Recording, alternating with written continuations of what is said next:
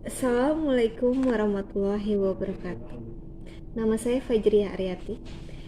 Di sini saya akan menjelaskan tentang teori akuntansi yang berjudul Positive Accounting Theory.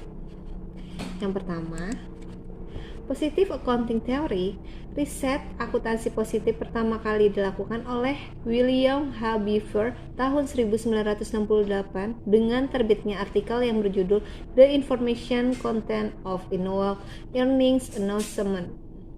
Selanjutnya, teori akuntansi positif diakui kemunculannya ketika Watts dan Zimmerman mempublikasikan artikelnya yang berjudul Towards a Positive Theory of the Determination of Accounting Standard pada tahun 1978. Artikel tersebut telah menjadikan teori akuntansi positif sebagai paradigma riset akuntansi yang dominan yang berbasis empiris, kualitatif, dan dapat digunakan untuk menjustifikasi berbagai teknik atau metode akuntansi yang sekarang digunakan atau mencari model baru untuk pengembangan teori akuntansi di kemudian hari. Teori akuntansi positif merupakan teori yang menjelaskan tentang kebijakan akuntansi dan praktiknya dalam perusahaan serta memprediksi kebijakan apa yang akan dipilih manajer dalam kondisi-kondisi tertentu di masa yang akan datang. Perkembangan teori akuntansi positif ini muncul akibat ketidakpuasan terhadap teori akuntansi normatif. Terdapat 3 alasan mendasar yang kuat atas terjadinya pergeseran teori akuntansi pendekatan normatif ke teori positif, yaitu yang pertama, teori akuntansi normatif yang terlalu fokus terhadap kepentingan investor secara individu daripada kemakmuran masyarakat yang lebih luas. Yang kedua, teori akuntansi normatif dirasa tidak mampu menguji teori secara empiris karena didasari pada asumsi atau premis yang keliru sehingga tidak bisa diuji kebenarannya secara empiris. Yang ketiga, teori akuntansi normatif sangat memungkinkan terjadinya pengalokasian sumber daya ekonomi secara maksimal di pasar modal, yaitu seperti yang diterangkan oleh Watts dan Zimmerman tahun 1960. Teori akuntansi positif dikemukakan oleh Watts dan Zimmerman pada tahun 1986 dengan tujuan menguraikan dan menjelaskan bagaimana proses akuntansi dari awal hingga masa sekarang dan bagaimana informasi akuntansi disajikan agar dapat dikomunikasikan kepada pihak lain di dalam perusahaan.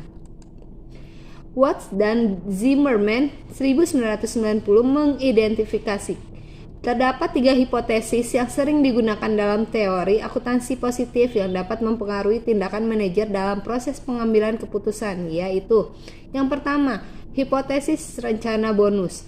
Manajer perusahaan dengan bonus tertentu cenderung lebih menyukai metode yang meningkatkan laba periode tahun berjalan. Yang kedua, hipotesis hutang atau ekuitas.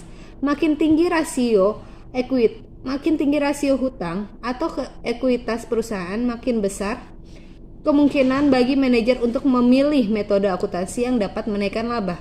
Yang ketiga, hipotesis biaya politik atau political cost hypothesis. Perusahaan besar cenderung menggunakan metode akuntansi yang dapat mengurangi laba periode dibanding perusahaan kecil. Perusahaan merupakan ukuran variabel proksi dan aspek politik. Menurut Watts dan Zimmerman tahun 1986, teori akuntansi positif telah memberikan sumbangan yang berarti bagi pengembangan akuntansi, yaitu yang pertama, menghasilkan pola sistematik dalam pilihan akuntansi dan memberikan penjelasan spesifik. Yang kedua, memberikan kerangka yang jelas dalam pemilihan akuntansi. Yang ketiga, menunjukkan peran utama contracting cost dalam teori akuntansi. Yang keempat, menjelaskan mengapa akuntansi digunakan dan memberikan kerangka dalam memprediksi pilihan akuntansi. Yang kelima, mendorong riset yang relevan dengan akuntansi dan menekankan pada prediksi serta penjelasan terhadap fenomena. Salah satu variabel yang memiliki hubungan dengan positive accounting theory adalah variabel economic performance. Hubungan teori akuntansi positif dengan economic performance terletak pada kebijakan akuntansinya. Para manajer akan berupaya untuk mencapai tujuan perusahaan, yaitu mendapatkan kinerja maksimal dengan baik. Yang kedua, selain itu, teori akuntansi positif memiliki hubungan dengan variabel bisnis strategi, yaitu para eksekutif akan memilih kebijakan yang terdapat dalam 3 hipotesis teori akuntansi positif dengan pemilihan metode akuntansi yang tepat berdampak terhadap laba dan dividen perusahaan.